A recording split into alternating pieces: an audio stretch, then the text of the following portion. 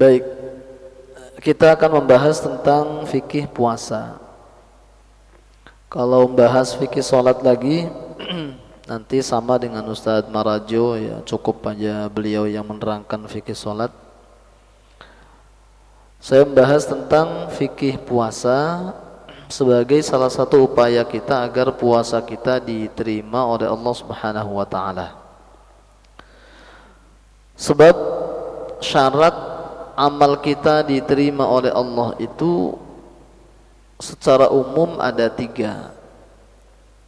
Syarat amal kita diterima oleh Allah ada 3. Yang pertama adalah yakuna fa'iluhu mu'mina, pelakunya harus orang beriman. Kalau orang yang tidak beriman, tidak beragama Islam, tidak diterima amalnya oleh Allah. Salah satunya berdasarkan firman Allah Subhanahu wa taala, "Walladzina kazzabu biayatina wa liqa'il akhirati habitat a'maluhum hal yujzauna illa ma kanu ya'malun." Orang-orang yang mendustakan ayat-ayat kami dan mendustakan perjumpaan dengan kami, perjumpaan dengan akhirat, mereka mengatakan tidak ada hari kebangkitan, maka habitat a'maluhum, amal-amalnya berguguran, sia-sia. Lalu syarat yang kedua agar amal kita diterima oleh Allah, an takuna niyyatuhu shalihah, niatnya harus baik. Termasuk niat baik itu tentu niatnya ikhlas karena Allah, karena panggilan iman, karena pengen dapat surga, agar terhindar dari neraka, supaya diampuni dosa-dosa, supaya pundi-pundi pahala di sisi Allah semakin bertambah. Itu niat-niat yang baik. Lalu yang ketiga, ayyakuna muwafiqan lil ahkam syar'iyyah, sesuai dengan hukum syariat. Meskipun niatnya baik, meskipun dia orang Islam, tapi tata caranya salah, maka tidak sah dan tidak diterima oleh Allah. Maka 3 syarat ini harus kita pahami betul-betul, dan salah satunya apa yang kita lakukan sekarang dalam rangka itu. Sebab baginda Rasul menyampaikan dalam hadis sahih,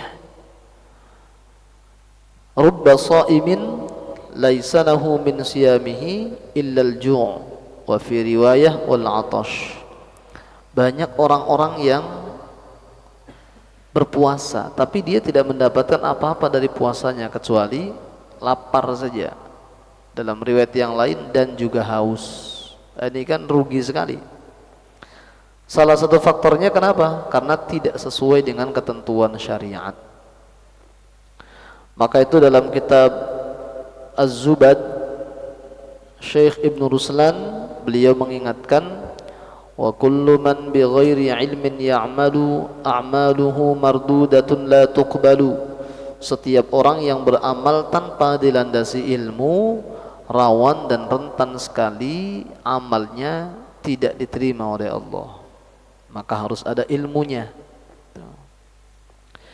Baik, kita bahas mulai dari definisi puasa.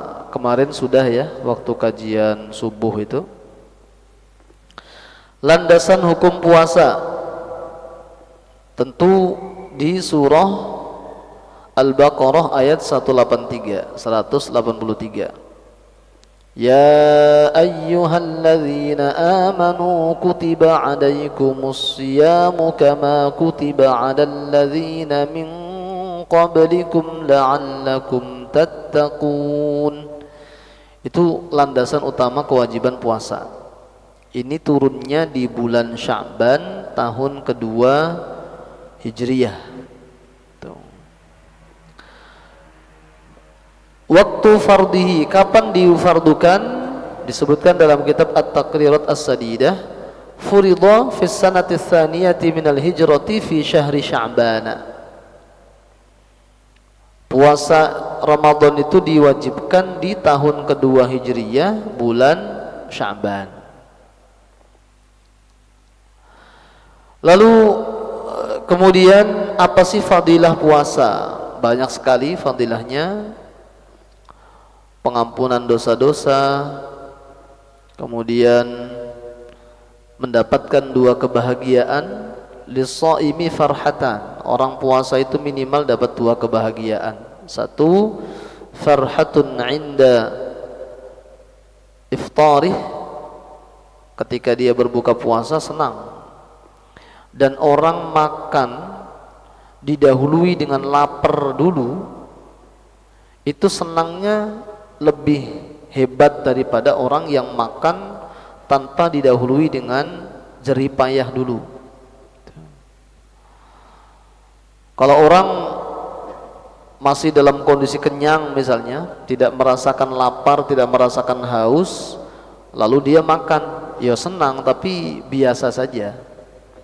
Tapi kalau sudah seharian tidak makan, ya lapar, ya haus, ada juga ngomong saja sampai lemes gitu. Mata berkunang-kunang. Maka ketika makan, berbuka, senang, pasti senang. Tapi senangnya kita saat berbuka puasa itu tidak ada apa-apanya dibandingkan kesenangan yang kedua. Apa kesenangan yang kedua?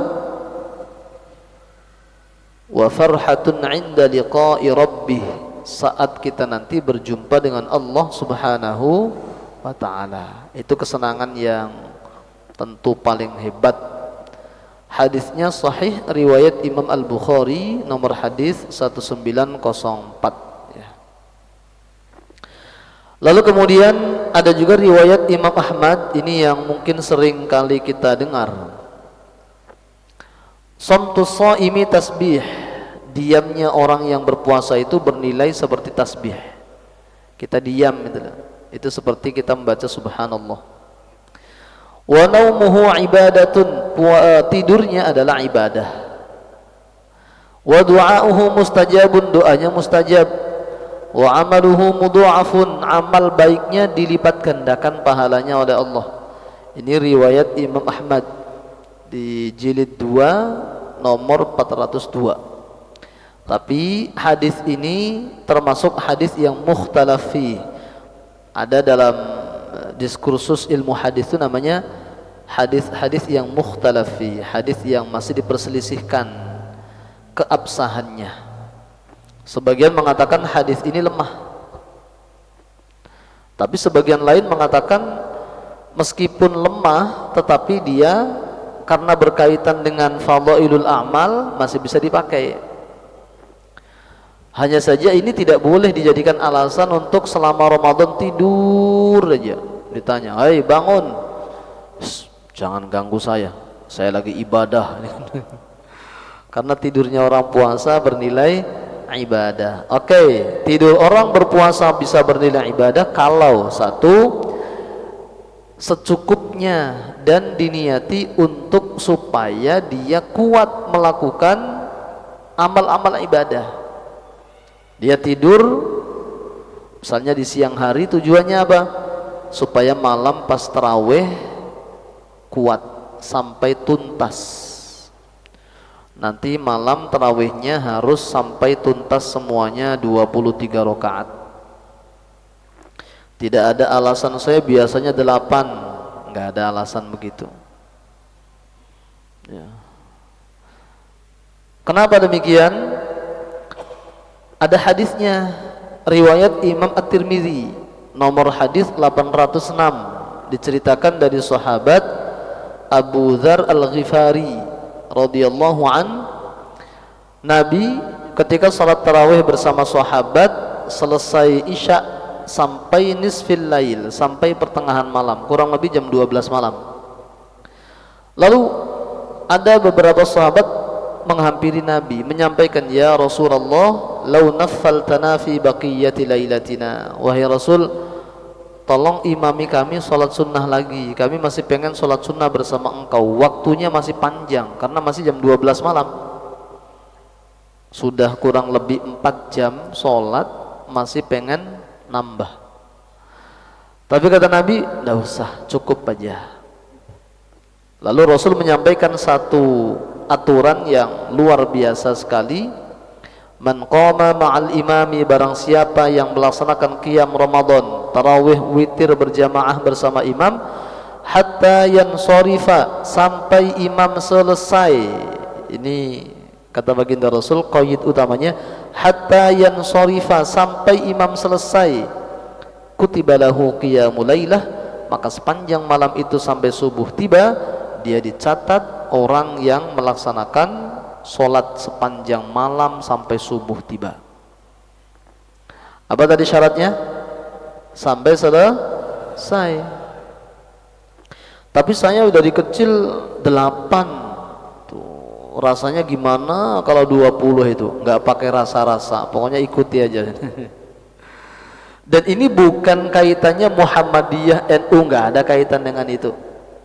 Sebab baik Muhammadiyah maupun NU sepakat berapapun jumlah rakaat tarawihnya sah, tapi ketentuan utamanya ikut bersama imam sampai imam selesai.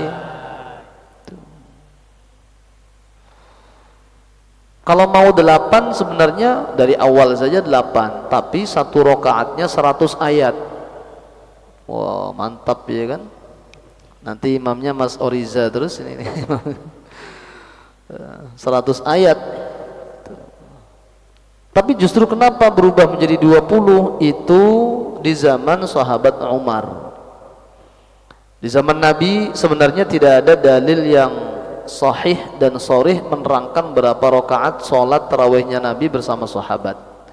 Tapi kalau melihat gambaran umum sholat malamnya Nabi yang diceritakan dari Sayyidah Aisyah, kelihatannya 8, kelihatannya. Oke, misalnya 8. Tapi kata Sayyidah Aisyah, wala yus'alu an husnihinna wa turihinna, tidak usah ditanyakan tentang betapa bagus dan betapa panjangnya sholat malamnya Nabi. Maka ketika sholat tarawih itu, para sahabat menggambarkan saking lamanya sholat bersama Nabi, yang mulainya pertengahan malam, karena Nabi sholat tarawih itu ada yang mulai habis isya sampai pertengahan malam. Kadang Nabi sholat tarawihnya jam 12 malam sampai menjelang subuh, sampai sahabat itu khawatir nggak bisa sahur gitu, saking panjangnya.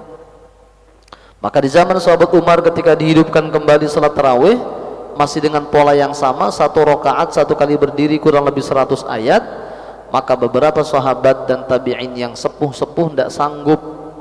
Mereka lalu menyampaikan kepada sahabat Umar, wahai Amirul Mukminin, kami berat kalau satu kali berdiri 100 ayat. Akhirnya sahabat Umar berembuk dengan sahabat senior lain cari solusi. Bagaimana solusinya? Solusinya jumlah ayatnya dikurangi, dipangkas, tidak lagi 100 per rakaat, tapi dikurangi apa 50, apa 40, apa 30.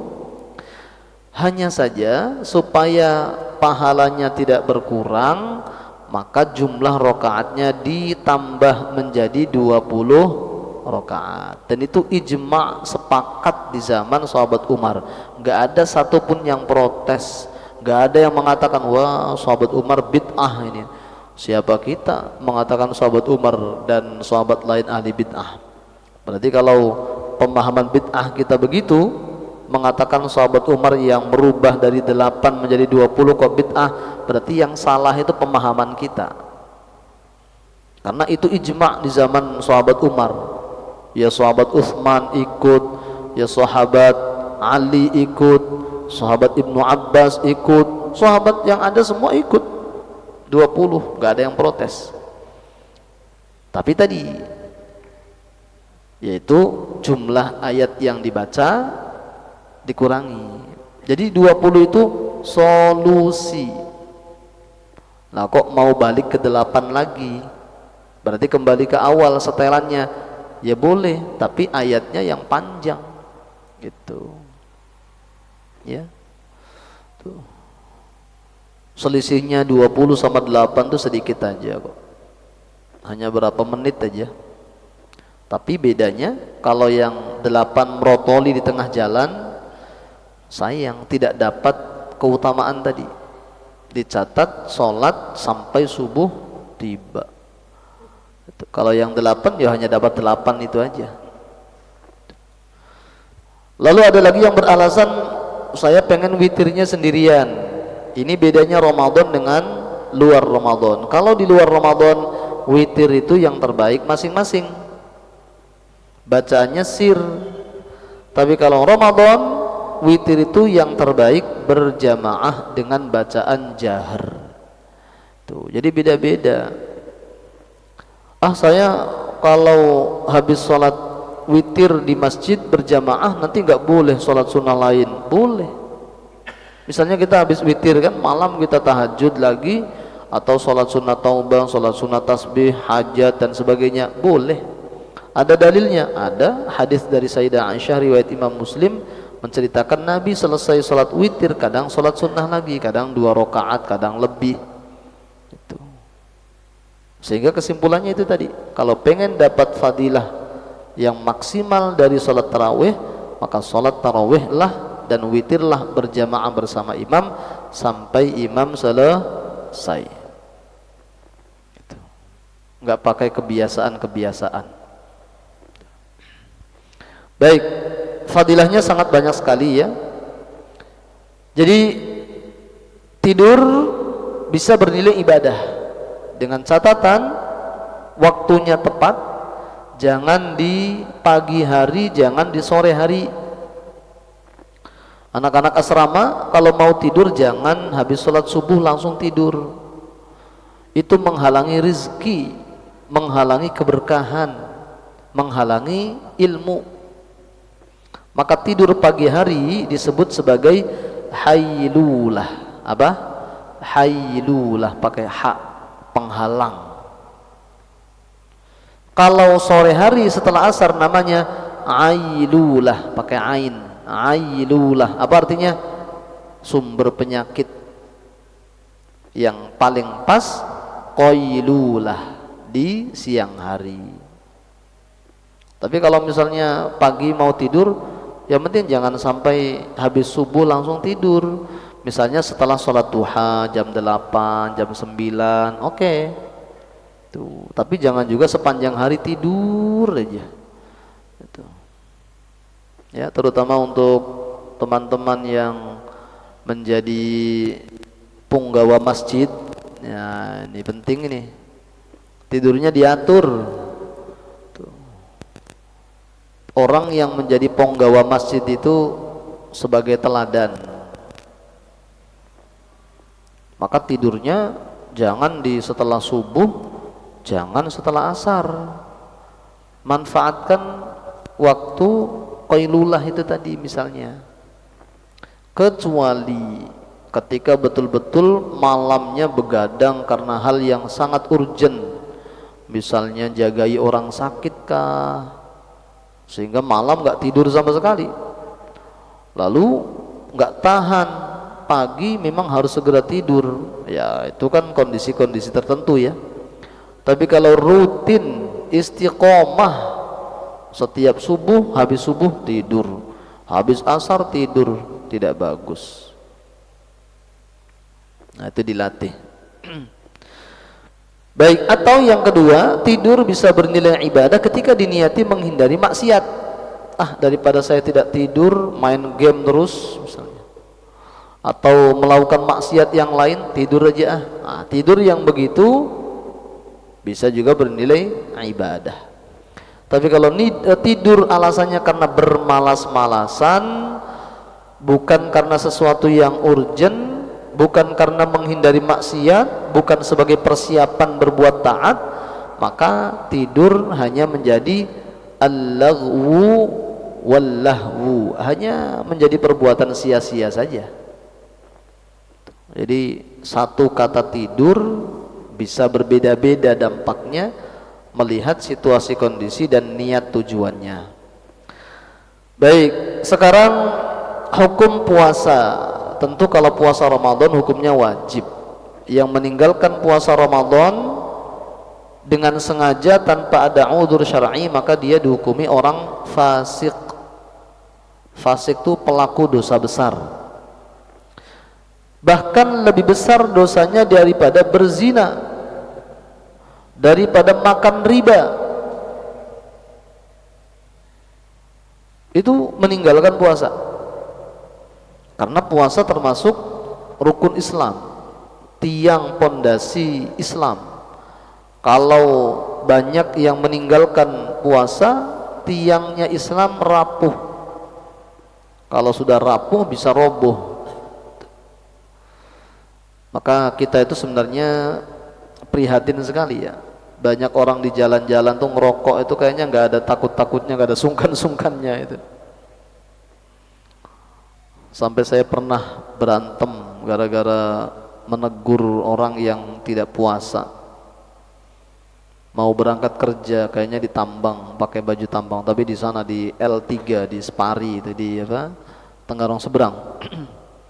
Saya lagi mau ngisi kajian di BSI, itu dengan enaknya itu ngerokok, minum, makan roti. Saya tegur, "Mas, sampean Islam tidak?" "Islam," katanya. "Lah kok tidak puasa?" "Ya urusan saya," katanya. Saya bilang, "Kalau tidak puasanya di rumah itu urusanmu, tapi kalau di ruang publik seperti ini urusan kita bersama." Wah, akhirnya malah marah dia. Akhirnya ya sempat nampar tapi nggak kena, saya balas kena, habis itu orang berdatangan, aman saya.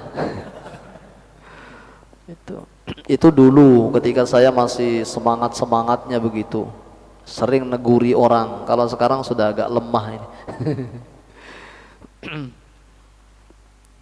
Itu prihatin sekali sebenarnya kita.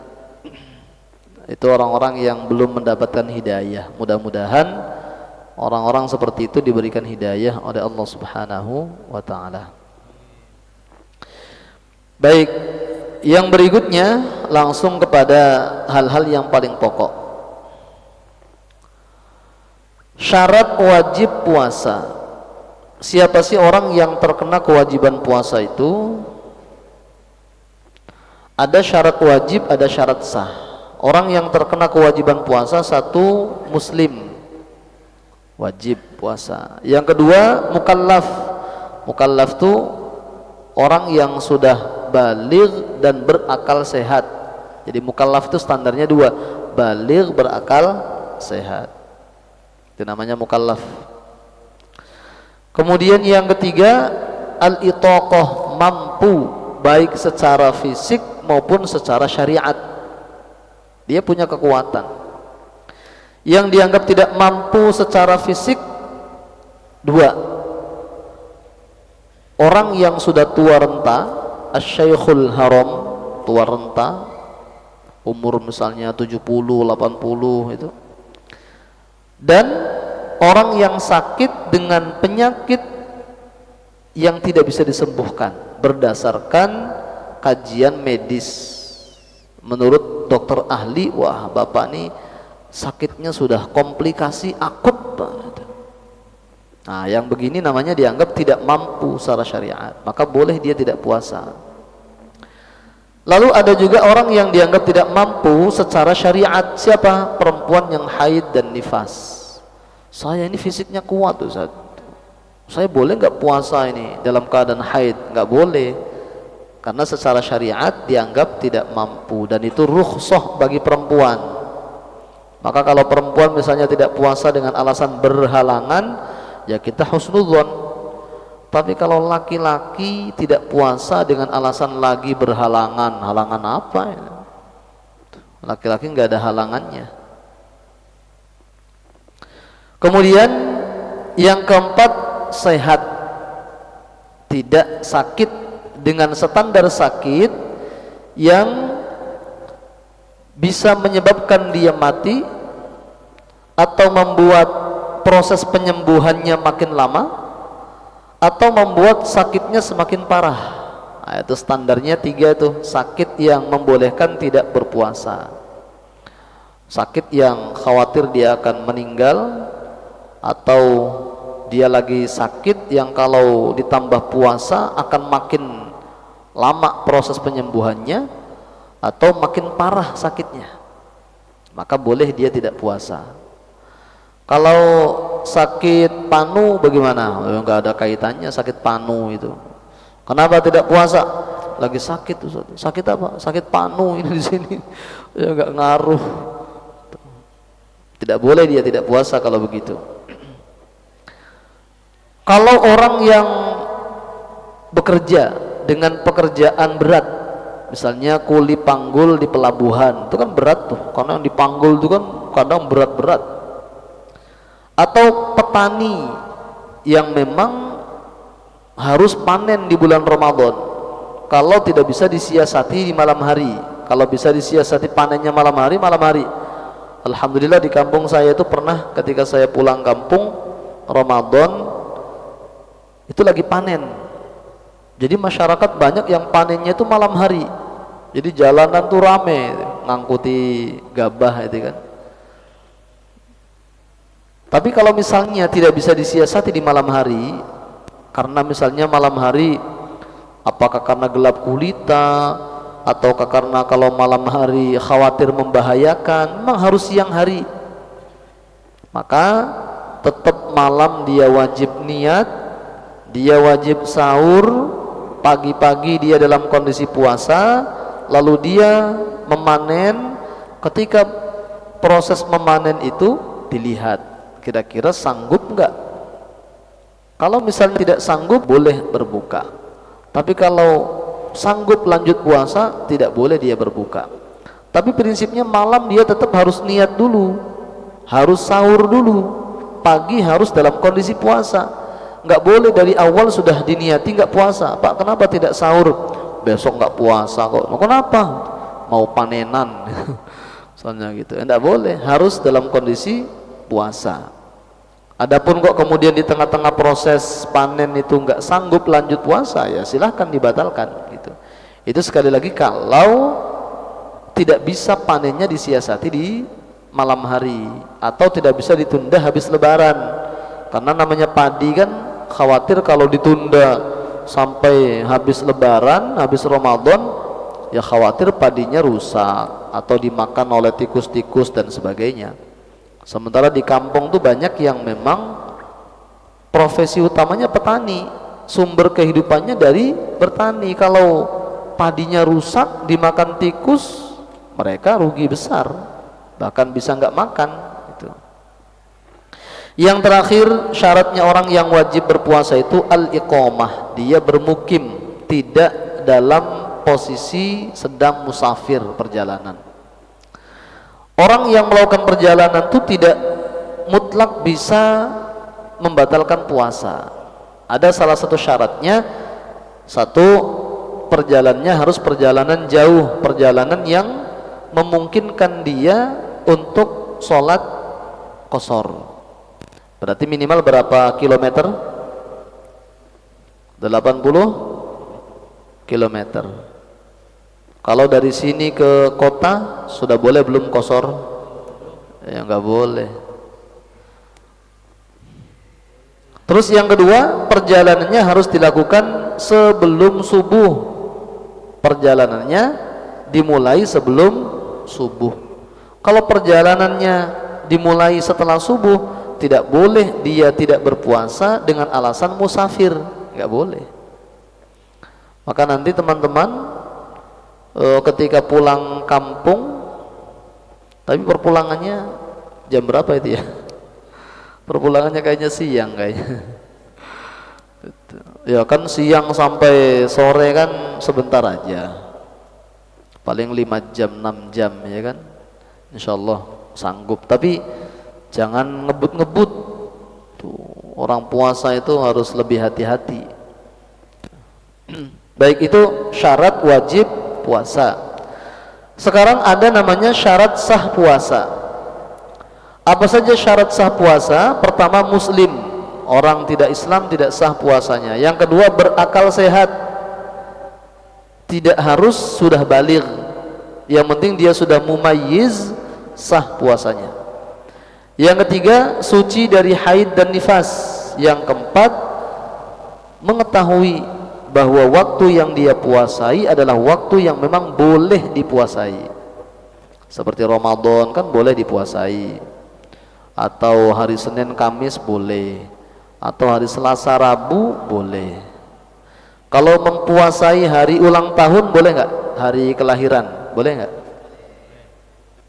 Misalnya kalian lahirnya hari Jumat,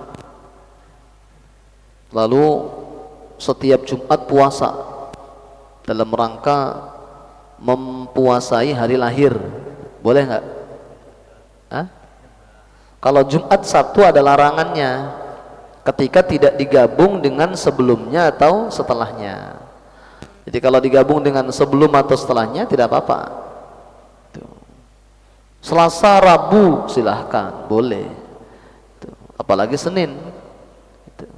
Dari mana dalilnya? Dari hadis yang diceritakan dari sahabat Usamah bin Zaid radhiyallahu an. Beliau menceritakan pola puasanya Nabi itu kadang tidak teratur. Puasanya Nabi itu kadang tidak teratur. Nabi itu kalau lagi pengen puasa, puasa terus. Hari apa saja dipuasai oleh beliau.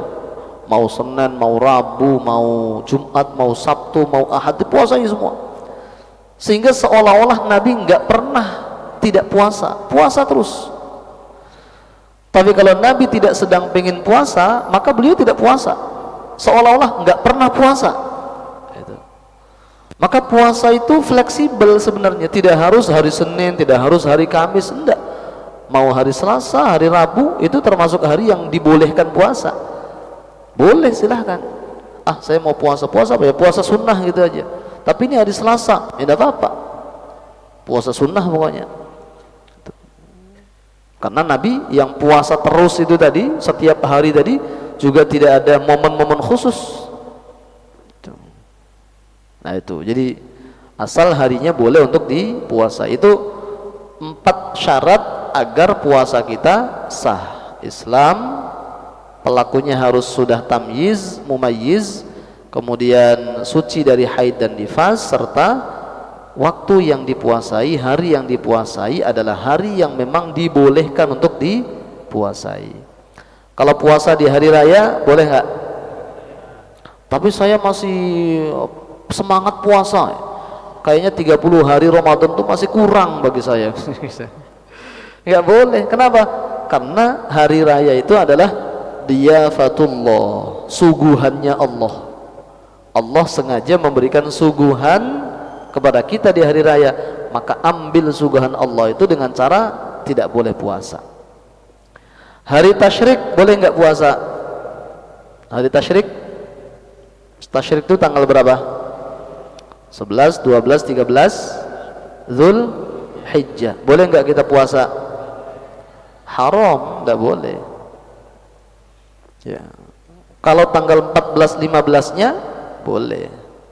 Baik, itu baru awal dari fikih puasa. Mumpung masih ada waktu, silahkan kalau ada diskusi, silahkan ya, silahkan Ustaz Oriza.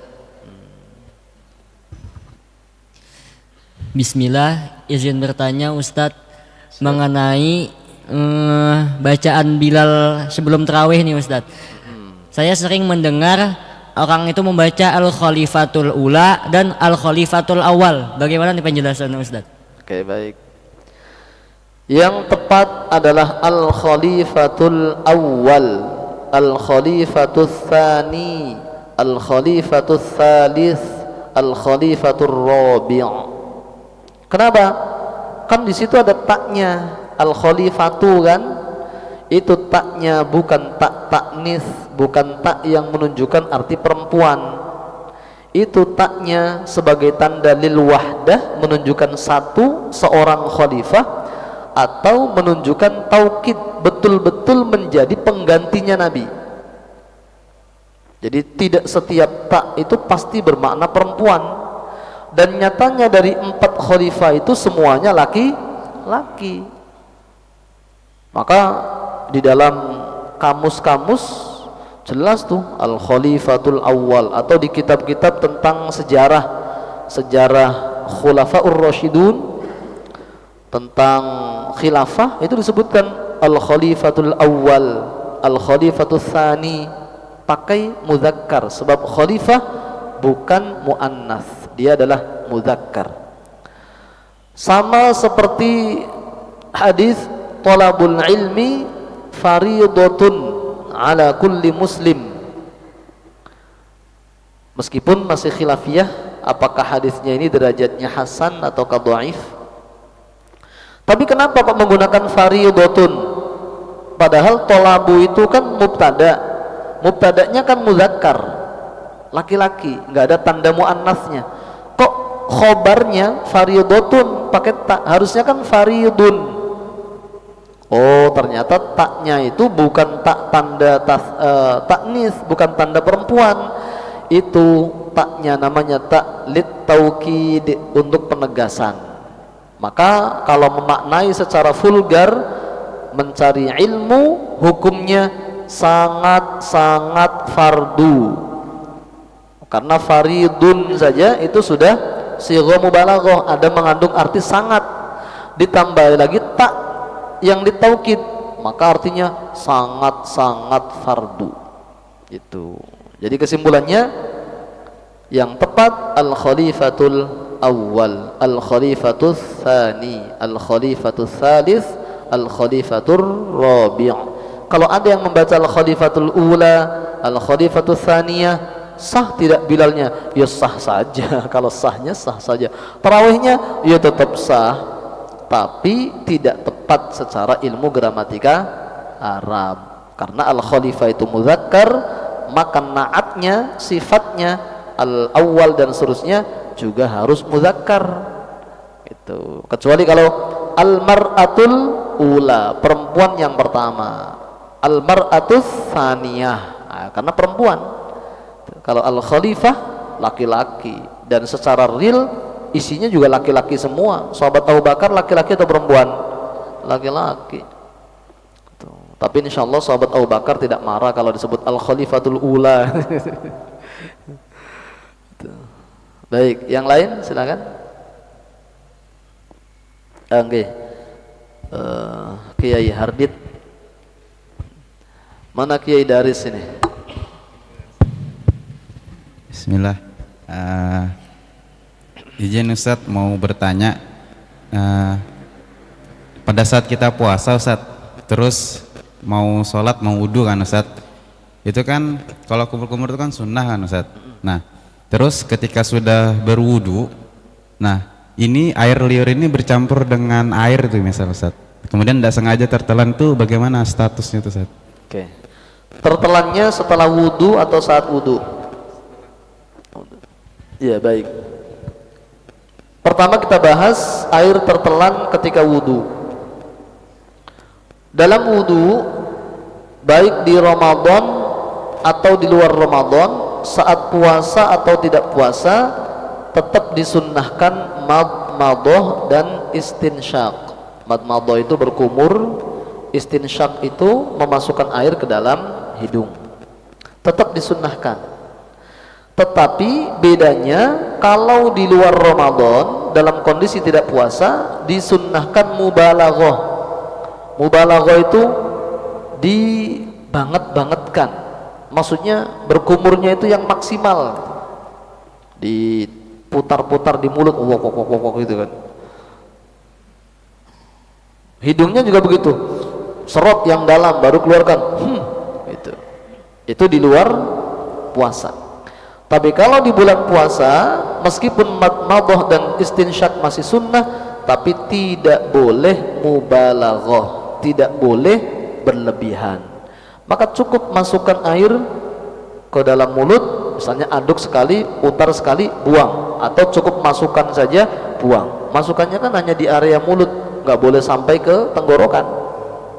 Yang istinsyak juga begitu, serot sedikit saja, keluarkan, jangan dalam-dalam, nanti melewati khayshum, kan batasnya hidung yang tidak boleh dimasuki benda yang bisa membatalkan puasa, yaitu khayshum, sampai pangkal hidung itu.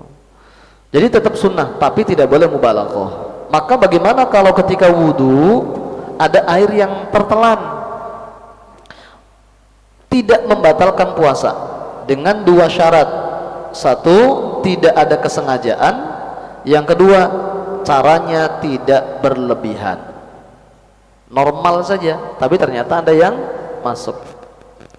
Tapi kalau berlebihan, meskipun nggak sengaja tapi caranya berlebihan, masukkan air lalu kemudian kepalanya didongakkan ke atas, misalnya itu, ada yang masuk, batal puasanya karena caranya salah. Nah sekarang bagaimana kalau setelah wudhu ada sisa-sisa air wudhu bercampur dengan ludah, lalu tertelan dengan tidak sengaja? Sama, tidak membatalkan sepanjang tidak ada kesengajaan gitu.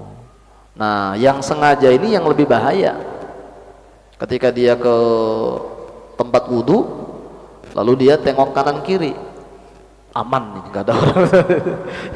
Itu batal itu gitu. Jadi gitu Mas Ardit ya, sepanjang tidak ada kesengajaan untuk memasukkan air ke dalam tenggorokan maka tidak membatalkan, ditambah caranya tidak berlebihan. Lalu kalau setelah selesai lalu air itu bercampur dengan ludah, ludah itu boleh ditelan, ludah itu boleh ditelan sepanjang memang ludahnya murni.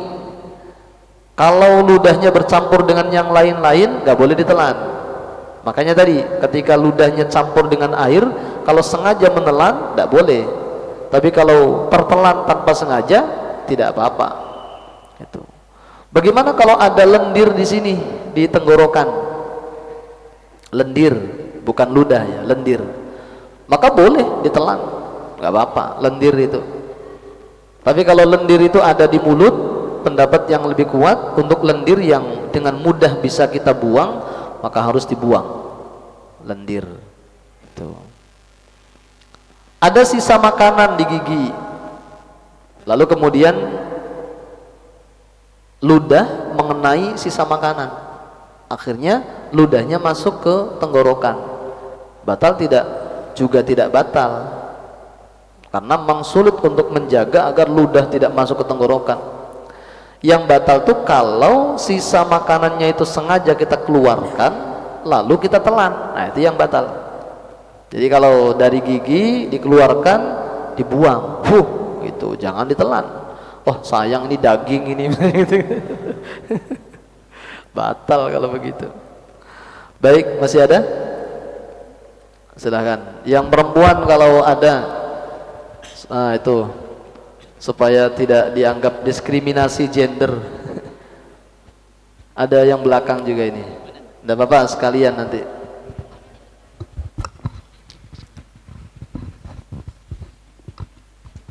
Iya ini sama itu belakang ada.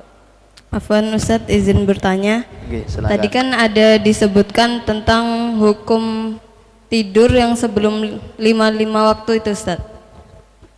5 waktu sebelum sholat maksudnya. Kayak yang qailula atau dan lain-lain. Namun bagi kami yang belajar dengan sistem shift atau lembur, bagaimana belajar dengan sistem shift atau lembur itu bagaimana caranya untuk menyeimbangkan antara kebutuhan biologis atau istirahat dengan keutamaan waktu agar tidak kehilangan berkah syariatnya? Ya, baik. Sekalian, Mas, silakan. Bismillah, Ustaz. Tadi kan Bang Adit sudah nanya kalau masalah wudhu gitu yang dikumur itu Ustaz. Tapi gimana kalau misalnya kita pas berpuasa itu gosok gigi Ustaz? Nah itu kan setelah gosok gigi itu masih ada hawa-hawa dinginnya. Belum lagi kalau misalnya odolnya ada rasa mangga, rasa ini. Nah itu gimana Ustaz? Silakan yang belakang tadi sekalian. Siapa Mas, siapa itu? Ada kan? Ya. Sebelum mic-nya datang Ustadz, sekalian Ustadz dari saya. Ya gitu. Ada enggak secara pribadi aja nanti di situ? ada riwayat di Ramadan ini Ustadz kan seburuk-buruk orang yang paling dibenci itu sahur, tidur lagi kemudian kebablasan. Nah, apakah ini sahih itu Ustadz ya, untuk menyemangati bagaimana kita mengatur ketika sudah bangun kemudian beramal, amalan itu kemudian sahur, bagaimana kemudian kita tidak langsung ke masjid segala macam, tetapi kadang kalah sama ini. Kaitannya Ustadz, betulkah setan itu dibelenggu di bulan suci Ramadan, tetapi ternyata kita masih kadang malasnya masih muncul, bagaimana Ustadz? Baik, terakhir siapa? Afwan Ustadz, Oh, masih ada, silakan. izin bertanya Ustadz, perihal memakai inhaler ketika puasa. Memakai apa? Inhaler Inhaler, fix inhaler, ya. ya. Yang berasa atau beraroma buah itu apakah batal Ustadz? Kan secara biologi itu masuk ke rongga-rongga lambung. Sekian. Ya, baik. Sudah? Halo Ustadz. Ya, baik. Sama-sama. Pertama, tidur. Ya. Kalau zaman saya dulu namanya SKS, sistem kebut semalam belajarnya. Bagaimana caranya supaya tidak kehilangan keberkahan tadi? Maka sistem belajarnya dirubah. Jangan pakai sistem SKS, sistem kebut semalam. Tetap harus ada manajemen waktu, kapan waktunya belajar, kapan waktunya tidur. Tidak boleh kita begadang gara-gara untuk belajar. Mengapa? Saya juga pengalaman belajar dengan sistem malam tidak tidur. Lalu ketika pagi ujian malah pada hilang semua itu, karena pusing. Jadi yang terbaik, prepare-nya yang cukup, persiapan waktunya yang cukup. Misalnya minggu depan mau ujian, sekarang sudah dibuka, sudah dicari bahan-bahannya. Nanti tinggal menjelang malam ujian itu tinggal ngulang sedikit-sedikit, tipis-tipis saja. Tapi kalau begitu besok mau ujian baru nyari bahannya, itu pun nggak ketemu-ketemu, akhirnya sampai subuh belajar, nggak tidur. Dari sisi optimalisasi hasil juga malah tidak optimal, dari sisi kesehatan juga buruk, bahkan dari sisi agama bisa jadi subuhnya bablas. Itu. Maka yang terbaik bukan menyiasati, berarti nggak apa-apa nih tidur habis subuh, bukan begitu, tapi waktu belajarnya yang kita rubah. Saya pernah punya teman, kakak angkatan tapi di Mesir dulu ya, perempuan namanya Kak Bangun Pristiwati Zahro. Itu dia kalau belajar tuh mulai habis isya sampai jam 11 malam nggak bisa diganggu. Isya jam 7 sampai jam 11, berarti berapa jam tuh? 4 jam setiap malam. Pokoknya istiqomah jam itu belajar, nggak bisa diganggu. Ada tulisannya depan pintu itu, tapi di asrama perempuan ya, mohon maaf tidak melayani tamu atau siapapun dari jam 7 sampai jam 11 malam. Kalau mau ketemu silahkan setelah jam 11 malam atau di pagi hari. Maka kemudian dia menjadi juara 1 se-Azhar dari Indonesia, nilainya mumtaz terus, nilainya itu beberapa 100 nilainya, tapi tidak mengorbankan waktu jamaah tahajud, tidak mengorbankan kesehatan itu. Jadi jangan nggak pernah belajar lalu tiba-tiba begitu mau ujian belajar 1 malam penuh, malah besoknya bisa sakit, itu sakit perut, sakit mual, macam-macam ya. Jadi diatur pola belajarnya dan tidurnya. Gosok gigi, pada dasarnya menggosok gigi menggunakan bahkan ma'junul asnan. Ma'junul asnan itu pasta gigi, itu dibolehkan sepanjang sama digunakan secukupnya saja. Itu di sebelum zuhur. Kalau setelah zuhur maka makruh menurut Imam Syafi'i berdasarkan hadis riwayat Imam Al-Bukhari, la khulufu fammis shaimi atyabu 'indallahi min rihil miski. yaitu sungguh bau mulutnya orang yang berpuasa lebih baik di sisi Allah dibandingkan bau minyak kasturi.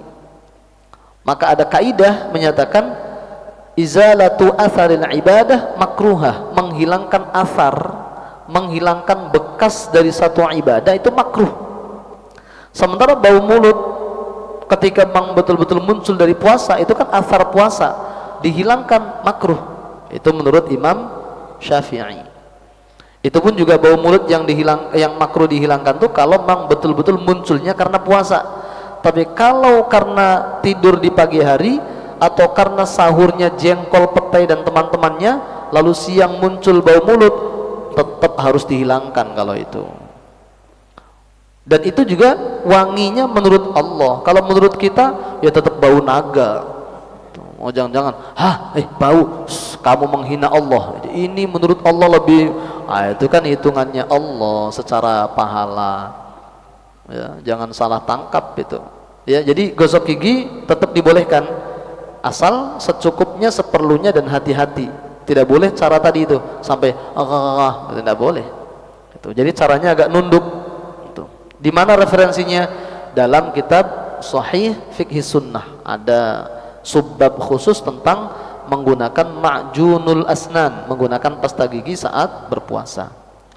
Lalu kemudian riwayat tentang seburuk-buruknya orang tidur adalah orang yang habis sahur lalu dia tidur lagi. Saya malah baru mendengar ini ada riwayat ini. Nanti perlu dicari lagi. Tapi meskipun andai tidak ada riwayatnya, ya bagus saja ini, betul saja. Andai tidak ada riwayatnya ya, ungkapan ini tepat.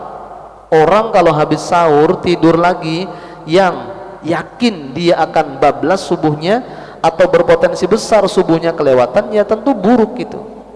Andai tidak pakai hadis pun, yaitu pasti kita sepakat. Kecuali kalau dia sahurnya agak malam, misalnya jam 3, lalu kemudian sholat macam-macam, lalu kemudian dia istirahat sebentar untuk persiapan sholat subuh, tapi dia yakin sebelum subuh bangun. Kalau seperti itu bagus. Nabi sebelum subuh itu kadang beliau tidur lagi karena sholat malamnya kurang lebih 3 jam 4 jam. Jadi sebelum subuh kadang beliau tidur lagi, kadang tidak tidur tapi hanya leyeh-leyeh aja untuk persiapan menghadapi sholat subuh. Nah kalau kita ini bukan hanya leyeh-leyeh, bablas, bukan hanya tidur, pingsan kadang-kadang. Tapi bukan anak-anak asrama di luar sana. Ya siapa tahu di asrama sama juga. Kemudian syaitan dibelenggu. Memang ada dua pendapat ulama mengenai hadis idza jaa ramadhanu futihat abwabul jannah wa ghulliqat abwabun nar wa suffidat syayatin. Syaitan dibelenggu. Mayoritas ulama mengatakan setan dibelenggu itu secara fisik, memang hakiki, setan nggak menggoda kita. Tapi kenapa kok masih banyak orang yang bermaksiat? Saya pernah sampaikan, maksiatnya kita ini bukan murni karena godaan setan, ada juga dari dorongan kita sendiri, namanya nafsu ammaroh. Maka jangan sedikit-sedikit nyalahkan setan. Saya kenapa ya malas betul baca Quran, setan kayaknya ini. Kata setan, apa saya dibawa-bawa, saya lagi dibelenggu sama Allah. Nafsu ammaroh dalam diri kita ini loh yang tidak bisa kita kendalikan, lebih dominan daripada nafsu lawamah dan nafsu mutmainnah. Maka meskipun setan tidak menggoda, males saja ibadah gitu. Nafsu ammaroh. Maka cara untuk menundukkan, mengendalikan nafsu ammaroh, nafsu mutmainnahnya dimaksimalkan. Caranya bagaimana?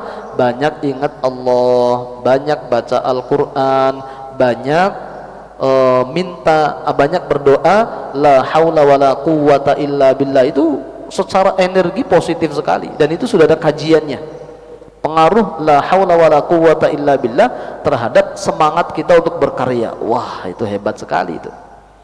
Terakhir, inhaler itu sepanjang hanya sekedar bau, tidak ada bentuk bendanya, maka tidak membatalkan. Inhaler bisa batal kalau fix inhalernya sampai masuk ke hidung sampai melewati khoisyum. Saking nggak puasnya di depan gini kan, akhirnya dimasukkan inhalernya sampai ke ujung hidung, batal. Atau inhalernya mengeluarkan benda padat atau cair lalu masuk. Tapi kalau hanya sekedar bau saja tidak batal. Bedanya dengan rokok apa? Ada orang yang protes, oh rokok hanya asap saja, sama dengan asap kendaraan. Kita kan kalau keluar kan ngisep asap kendaraan juga, batal dong berarti itu. Oh beda, kalau rokok itu kelihatannya hanya asap, tapi sebenarnya ada mengandung benda. Buktinya apa? Orang kalau merokok pakai pipet, pakai apa tuh? Yang ada sedotan itu loh, lalu rokoknya dimasukkan situ, itu lama kelamaan nanti kalau dikerik akan muncul benda itu. Maka itulah yang membuat batal. Rokok dalam asapnya tidak hanya membawa asap murni, tapi ada benda yang menyisakan. Maka itulah yang membuat batal. Sudah azan? Saya kira masih 15 menit lagi. Itulah nikmatnya kajian ilmu. Mudah-mudahan manfaat berkah. Mudah-mudahan nanti kita lanjutkan fikih puasanya.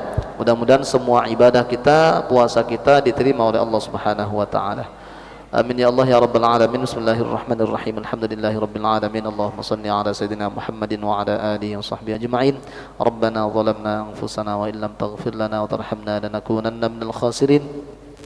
اللهم لك صمنا وبك آمنا وعلى رزقك أفطرنا ذهب الظمأ وبطلت العروق إن شاء الله برحمتك يا أرحم الراحمين. اللهم انفعنا بما علمتنا وعلمنا ما ينفعنا. ربنا آتنا في الدنيا حسنة وفي الآخرة حسنة وقنا عذاب النار. وصلى الله على سيدنا محمد وعلى آله وصحبه وسلم والحمد لله رب العالمين. تقبل الله منكم إنا منكم تقبل يا كريم. Kurang lebih mohon maaf. Assalamualaikum warahmatullahi wabarakatuh.